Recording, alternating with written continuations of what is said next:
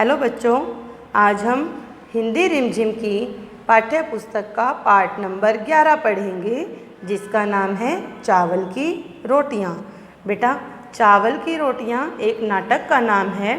इससे पहले हम पुस्तक में कई कविताएं और कहानियां पढ़ चुके हैं। आज हम पढ़ेंगे एक नाटक। बेटा, आपको पता है नाटक कैसे होता है? नाटक में कुछ कलाकार होते हैं, कुछ पात्र होते हैं जो अपना अभिनय करते हैं और हमारा मनोरंजन करते हैं। तो बेटा, इस नाटक में कौन कौन से पात्र हैं, सबसे पहले हम उन पात्र को देखेंगे। कोको, 8 साल का एक बर्मी लड़का। बेटा, बर्मी लड़का यानी बर्मा देश में रहने वाला लड़का, कुछ मोटा, वो थोड़ा सा मोटा है। नीनी, 9 साल का बर्मी लड़का, कोको का दोस्त।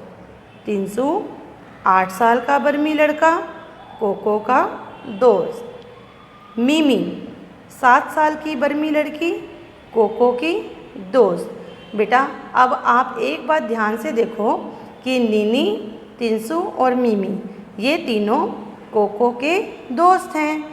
इसका मतलब है कि कोको जो है वो हमारे नाटक का मुख्य पात्र है। इसके बाद है उबातुन। ये कौन है? जनता की दुकान का प्रबंधक। प्रबंधक मीन्स होता है बेटा मालिक, ये जो दुकान का मालिक है। इसका अभिनय कोई लंबे कद का लड़का नकली मूछें और चश्मा लगाकर कर सकता है। अब बेटा, ये तो था हमारा पात्र परिचय। अब जब नाटक शुरू होता है या कोई पात्र अपना नाटक प्रस्तुत करते हैं तो उन्हें एक जगह, एक स्थान की ज़रूरत होती है और उन्हें एक दृश्य दिखाने की ज़रूरत होती है। तो उस दृश्य में आपको क्या क्या दिखाया हुआ है, अब हम उसके बारे में देखते हैं। एक सादा कमरा, दीवारों पर बांस की चटाइयाँ, एक दीवार के सहारे रखी अलमारी, अलमारी के ऊपर एक रेडियो, चाय की केतली, कुछ कप और खाली गुलाबी फूलदान रखा है। कमरे के बीच फर्श पर एक चटाई बिछी है, जिसके ऊपर कम ऊंचाई वाली गोल मेज़ रखी है। 2 दरवाजे, एक दरवाज़ा पीछे की ओर खुलता है और दूसरा एक किनारे की ओर। पंछियों के चहचहाने के साथ साथ पर्दा उठता है। दूर कहीं मुर्गा बांग देता है, कुत्ता भौंकता है, कहीं प्रार्थना की घंटियां बजती हैं। कोको आता है, जम्हाई लेकर अपने को सीधा करता है। जम्हाई का मीनिंग होता है बेटा उबासी लेना। कोको सुबह सुबह उठता है और उबासी लेकर अपने आप को सीधा करता है। इसका मतलब है कि हमारे इस नाटक की शुरुआत सुबह के समय से हो रही है। अब देखो, हम इसको शुरू करते हैं। कोको, अब कोको अपने आप से क्या कह रहा है या अपने मन में क्या सोच रहा है जब वो उठता है? माता पिता धान लगाने खेतों में चले गए हैं। जब तक माँ खाना बनाने के लिए लौटकर नहीं आती, मुझे घर की देखभाल करनी है। जब कोको सोकर उठता है तो उसके माता पिता घर पर नहीं होते। वो कहाँ गए होते हैं? धान लगाने के लिए। तो वो सोचता है कि जब तक माँ खाना बनाने के लिए नहीं आती तब तक मैं घर की देखभाल करूँगा। देखता हूँ माँ ने नाश्ते में मेरे लिए क्या बना कर रखा है। अब कोको सोकर उठा है, उसे भूख भी लग रही है, तो वो सोचता है कि चलो मैं देख लेता हूँ कि मेरी माँ ने मेरे लिए क्या बनाया है खाने के लिए। वह अलमारी की तरफ जाता है और उसे खोलकर देखता है। एक तश्तरी निकालकर देखता है कि चावल की 4 रोटियां हैं।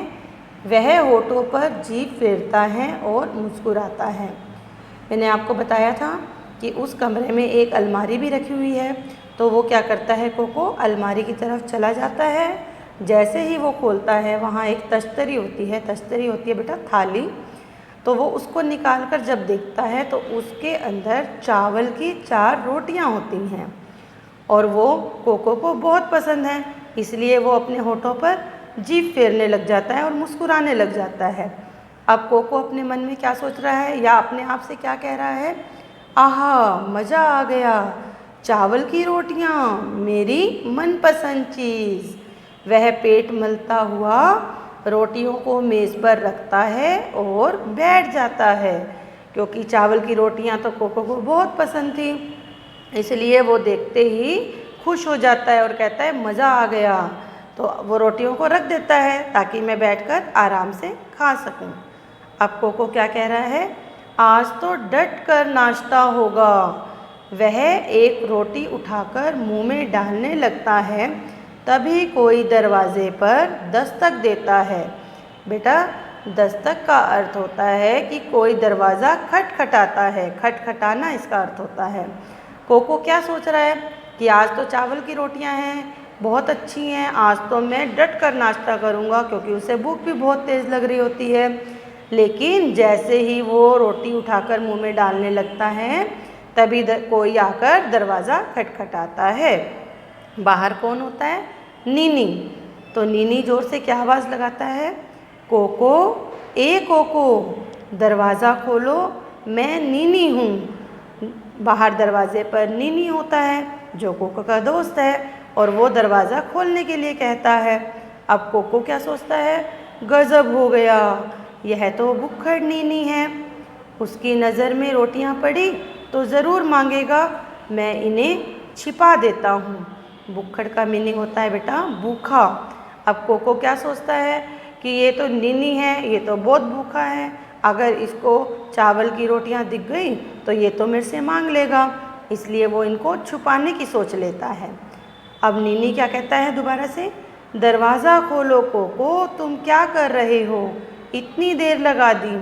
जब कोको ने दरवाज़ा नहीं खोला तो नीनी उसको दोबारा से आवाज़ दे रहा है। अब कोको क्या कह रहा है?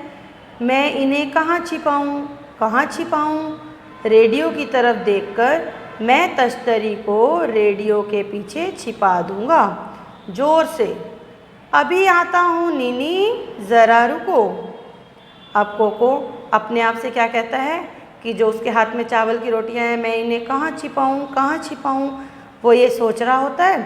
और इतने में उसको रेडियो दिखाई देता है, तो वो अपनी थाली जो है वो ये सोचता है कि मैं रेडियो के पीछे छिपा दूँगा, और वो छिपाने के लिए चला जाता है और साथ में ही ज़ोर से ही आवाज़ देता है नीनी को कि अभी आता हूँ, ज़रा रुको।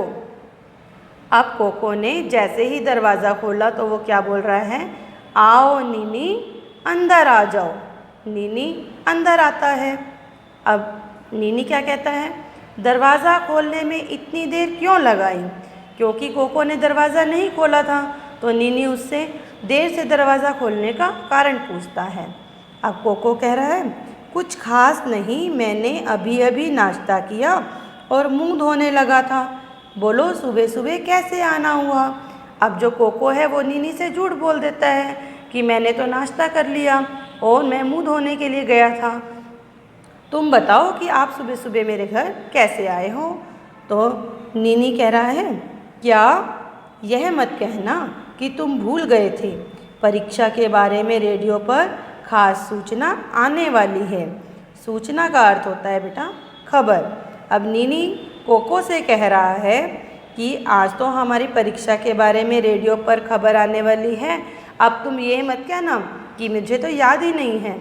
अब कोको क्या कह रहा है? लेकिन तुम्हारे घर पे भी तो रेडियो है। अब कोको नीनी को कह रहा है कि अगर रेडियो पर खबर आने वाली है तो तुम्हारे घर पे भी रेडियो है, तो तुम अपने घर पे भी देख सकते हो। लेकिन फिर नीनी क्या कह रहा है? वह खराब है, इसलिए सोचा तुम्हारे रेडियो पर सुनूंगा। नीनी गोल मेज़ के पास बैठ जाता है। अब नीनी कोको से कहता है कि जो हमारे घर रेडियो है वो तो खराब है, इसलिए मैं तुम्हारे घर आया हूँ ताकि मैं तुम्हारे घर रेडियो पर वो खबर सुन सकूँ। तो बेटा आज हमने पृष्ठ संख्या 83 और पृष्ठ संख्या 84 को पढ़ा। आगे के भाग में हम इससे आगे के पृष्ठ पढ़ेंगे। धन्यवाद।